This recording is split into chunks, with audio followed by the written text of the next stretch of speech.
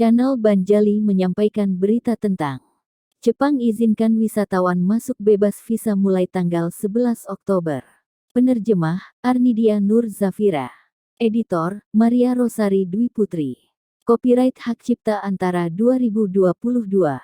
Jumat, tanggal 23 September tahun 2022 pukul 9:09 waktu Indonesia Barat.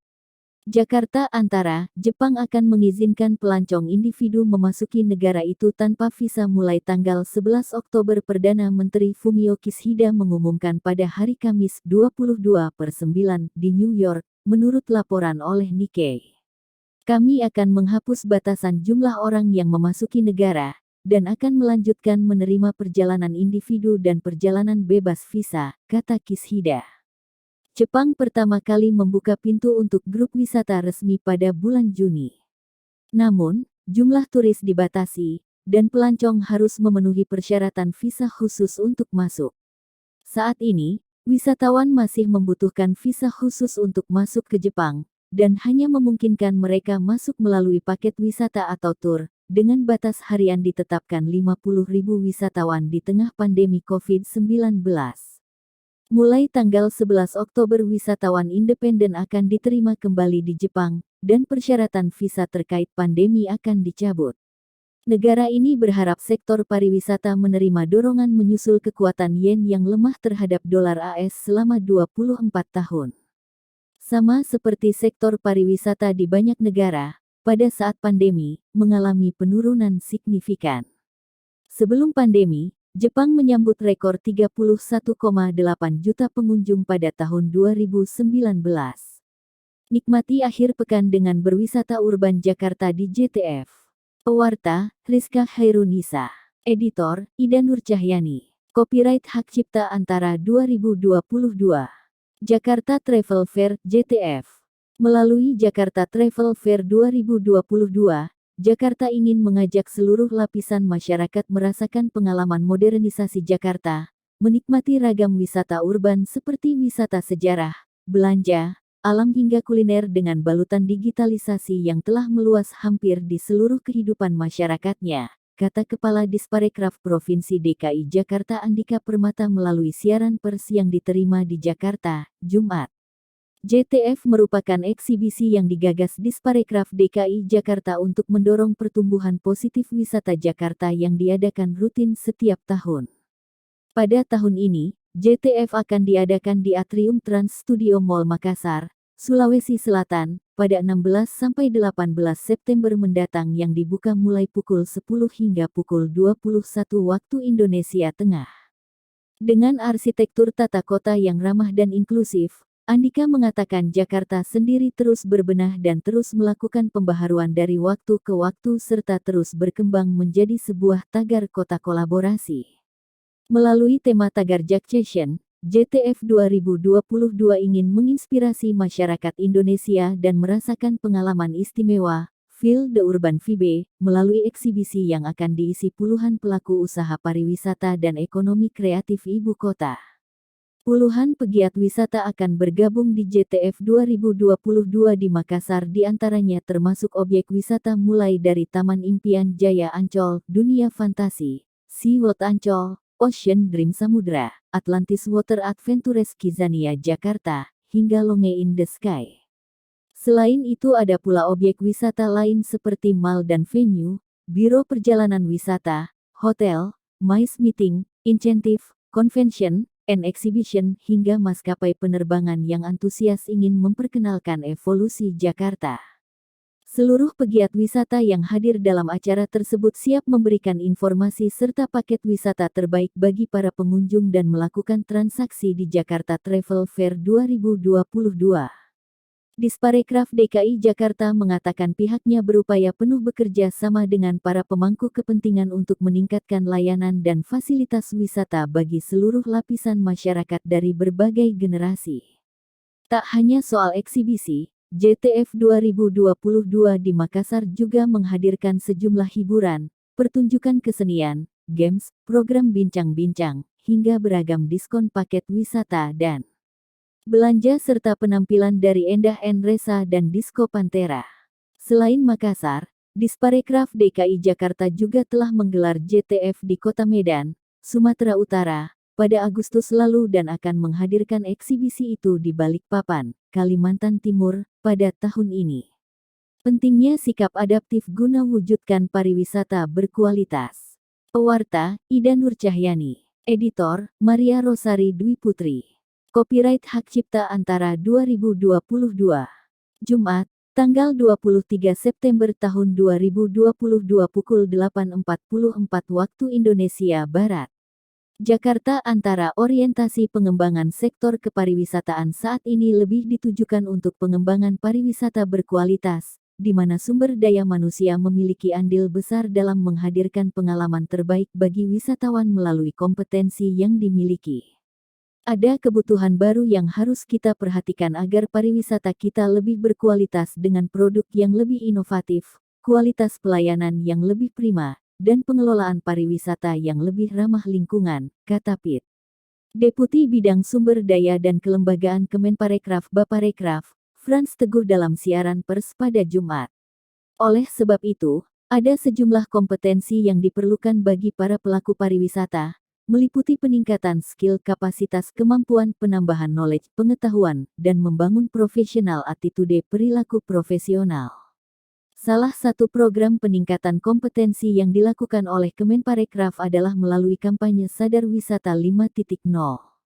Kali ini digelar bagi pelaku pariwisata di kawasan Danau Toba, Sumatera Utara. Program pelatihan pengembangan inovasi produk wisata dan kapasitas Parekraf digelar untuk tahap pertama di kawasan Danau Toba, berlangsung 21 sampai 27 September tahun 2022, melibatkan 90 pelaku pariwisata dari 6 desa wisata yaitu Desa Wisata Lumban Silintong, Siboruon, dan Silalahi Pagar Batu Kabupaten Toba, Desa Wisata Papande Kabupaten Tapanuli Utara, serta Desa Wisata Meret dan Tongging Kabupaten Karo. Para narasumber pelatihan yang terdiri dari para akademisi, praktisi dan pegiat langsung desa wisata yang telah melalui proses seleksi yang ketat. Pelatihan menjadi tahap lanjutan dari rangkaian program kampanye Sadar Wisata 5.0 yang pada tahun 2022 menyasar 65 desa wisata dan 90 desa wisata pada tahun 2023. Pelatihan yang diberikan meliputi 3 paket, yakni, pelatihan A, mengenai pengembangan inovasi produk pariwisata, pelatihan B terkait paket wisata, homestay, kuliner dan cenderamata, dan pelatihan C terkait kewirausahaan dan manajemen bisnis. Setelah tahap pelatihan, selanjutnya proyek pengembangan desa wisata yang telah dibuat oleh pelaku pariwisata terpilih akan dilakukan pendampingan, asesmen serta pemberian apresiasi bagi pelaku pariwisata terbaik yang mengimplementasikan program pengembangan desa wisata di tempat masing-masing. Kemenparekraf dukung PFN promosikan pariwisata lewat film. Pewarta, Alfian Syah Pasaribu. Editor, Suryanto. Copyright Hak Cipta Antara 2022. Kamis, tanggal 22 September tahun 2022 pukul 22.45 waktu Indonesia Barat. Jakarta. Antara Kementerian Pariwisata dan Ekonomi Kreatif, Badan Pariwisata dan Ekonomi Kreatif Kemenparekraf Baparekraf mendukung Perum Produksi Film Negara PFN untuk mempromosikan pariwisata Indonesia melalui sektor film. Kami dukung untuk mempromosikan pariwisata Indonesia yang sangat efektif melalui film. Contohnya juga sudah banyak, ada Lord of the Ring, Crazy Rich Asian, Eat Pray Love, dan masih banyak lagi, kata Wakil Menteri Pariwisata dan Ekonomi Kreatif, Wakil Kepala Badan Pariwisata dan Ekonomi Kreatif Angela Tanusudibjo saat bertemu dengan jajaran direksi PFN di Jakarta pada Kamis. Ia menjelaskan, saat ini isu yang berkembang di kalangan pelaku industri perfilman adalah hal-hal yang terkait keuangan dan pembiayaan untuk menghasilkan konten dan memproduksi film. Saya sempat berdiskusi dengan teman-teman pelaku perfilman. Isu yang paling utama mereka soroti adalah dari sisi komersial dan dari sisi financing, sebab kalau dari sisi artistik mereka sudah memiliki itu, tinggal bagaimana kita bisa membantu di kedua isu tersebut, kata Angela. PFN merupakan perusahaan BUMN yang berfokus pada pembiayaan film dan konten kreatif. Untuk itu Agela berharap peluang kolaborasi itu dapat dioptimalkan dengan menciptakan konten-konten yang menjadi promosi untuk menarik wisatawan mancanegara datang ke Indonesia. Ini kolaborasi yang menarik kalau kita bisa membuat pilot project bersama untuk mewujudkan PP nomor 24, ujarnya. Seraya menambahkan bahwa pemerintah telah memiliki peraturan pemerintah PP nomor 24 tahun 2022 dengan peraturan pelaksanaan Undang-Undang nomor 24 tahun 2019 tentang ekonomi kreatif. Angela juga menginginkan agar kolaborasi itu mampu menciptakan sinergi antar lembaga yang guna menghasilkan program yang optimal dengan anggaran yang efisien. Kami berharap ke depan ada sinergi dan satu wadah khusus agar nanti kita memiliki informasi tentang tata cara syuting di Indonesia, hingga fasilitas yang bisa didapat, lokasinya di mana. Untuk itu kami di Kemenparekraf perlu kerja sama dengan berbagai pihak, katanya. Turut hadir mendampingi Wamenparekraf Angela adalah staf ahli Menteri Bidang Manajemen Krisis Kepariwisataan, Fajar Hutomo, serta Direktur Industri Musik, Seni, Pertunjukan dan Penerbitan Kemenparekraf Baparekraf, Muhammad Amin. Film, Anak Seribu Sungai, Promosi Pariwisata Banjarmasin Pasca Pandemi. Pewarta, Sukarli. Editor, Triono Subagio. Copyright Hak Cipta Antara 2021. Jumat, tanggal 8 Januari tahun 2021 pukul 19.16 waktu Indonesia Barat.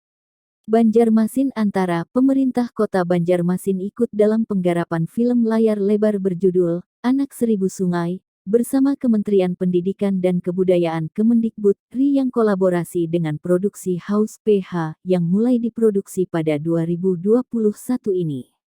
Menurut Wali Kota Banjarmasin H. Ibnu Sina, di Banjarmasin, Jumat mengatakan film yang disutradarai Agus Maki dari naskah karya Hilman Mutasi ini akan menjadi promosi pariwisata kota Banjarmasin, Kalsel pasca pandemi COVID-19. Film yang menceritakan keramahan masyarakat, keagungan budaya beserta adat istiadatnya dan keelokan sungai yang ada di kota Banjarmasin ini, lanjutnya, sangat menarik, diharapkan jadi pemicu kenaikan pariwisata kota ini setelah dilanda pandemi COVID-19. Untuk itu, dia mengaku sangat bersyukur dengan adanya rencana pembuatannya. Karena, kata Ibnu Sina, selain dapat mengangkat nama baik kota Banjarmasin, film ini diharapkan juga dapat mempromosikan pariwisata yang ada di kota ini. Kami juga bersyukur karena film ini bagian kerja sama pemerintah kota dalam rangka mempromosikan potensi yang ada di Banjarmasin seperti pariwisata kemudian kebudayaan, tuturnya. Dari informasi terhimpun, film ini akan dibintangi para aktris nasional seperti Dimas Anggara, Doni Damara Angga Yunanda, Yuriko Angelin, Anya Geraldine, dan sederet nama aktris papan atas lainnya. Ditarget, film berjudul Anak Seribu Sungai, ini bisa disaksikan di layar lebar pada tahun 2022. Demikianlah berita hari ini disampaikan dan jangan lupa like dan subscribe.